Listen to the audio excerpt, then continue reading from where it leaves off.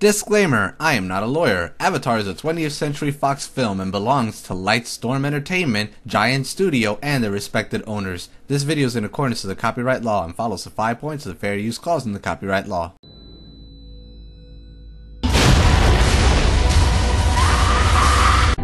What's up? I'm Bruno. They have managed to make it against the law to criticize their products.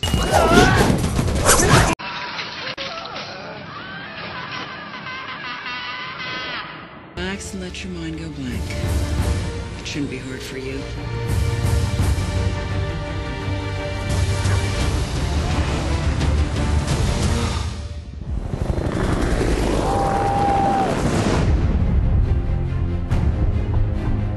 Jake, it's real simple. I want you to learn from the inside. I want you to gain their trust. You should not be here. Go back. All this is your fault. I need your help.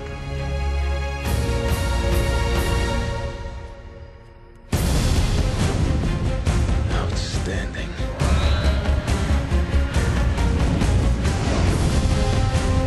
Haven't gotten lost in the woods, have you? Did you forget what team you're playing for? Strong prey on the weak, and nobody does a thing. You got 1 hour. You knew this would happen? Everything changed. Jake, it's crazy here. Quaritch is rolling and there's no stopping him. We're going up against gunships with bows and arrows.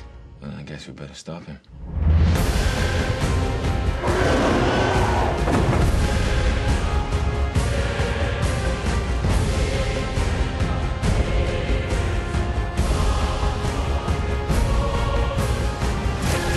They've sent us a message that they can take whatever they want. But we will send them a message that this is our land.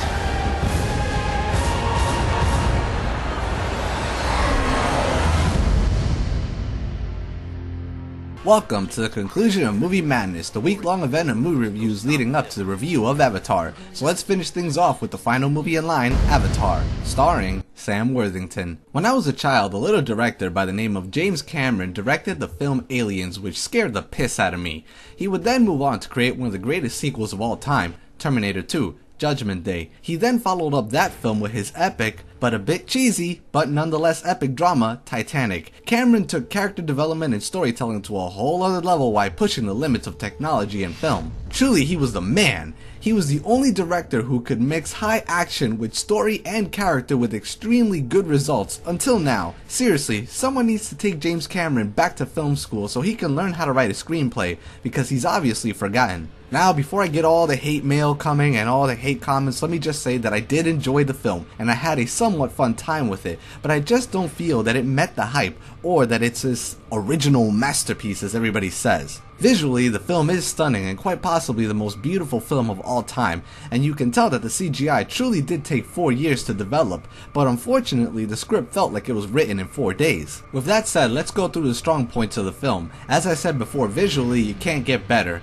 and it is extremely beautiful while pushing the limits of CGI technology in film. The world of Pandora is stunning and extremely detailed to the point where it becomes a living character that can speak without words. Dialogue, while being a bit off at times, is well written when you don't count the cliche moments and flat attempts at humor. Performances are all around solid, with not one weak performance, but at the same time there aren't any extremely strong ones either, they're just solid at best. Pacing is solid, as the movie never really slows down, despite the fact that the weak script will make it feel slow, and while action scenes are few and far between, they are fun to watch, but they're nothing stellar. Now, some folks are calling this a perfect film and a masterpiece of cinema, and if that's how you feel, hey, then more power to you, but I honestly don't agree with the hype. First off, the script feels rushed and is on the bad side of mediocre. I mean, this film is Dances with Wolves note for note, and if you watch that film then you've literally seen Avatar, and this is sad since it takes away from the movie going experience. I mean, how am I supposed to become immersed and excited during the film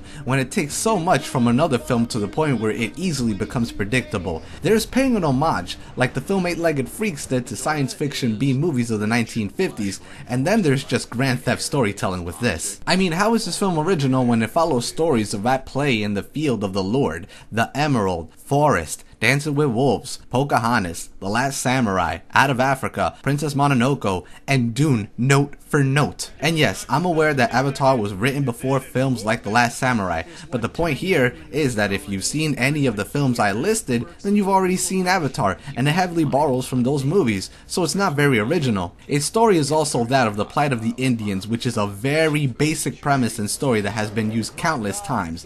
Now, is that a bad thing that Avatar follows these stories in films? Not really, since it's taking a story from good movies, but it does take away from the movie-going experience. The film also heavily borrows other themes from movies without really changing them into something new, which further takes away from the overall experience.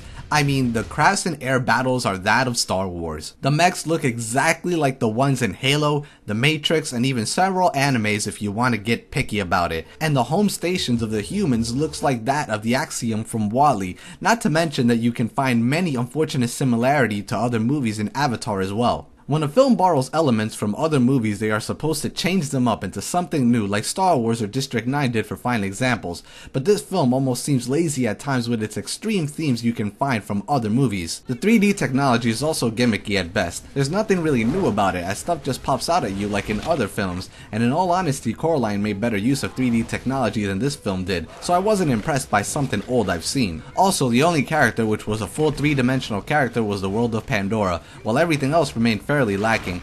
Our antagonist, military leader, is cliche, and Sigourney Weaver gives the exact same performance she did in this as in Aliens. She plays a badass bitch with a heart of gold that establishes a motherly relationship with one of the main characters. Gee, I wonder where I've seen that before.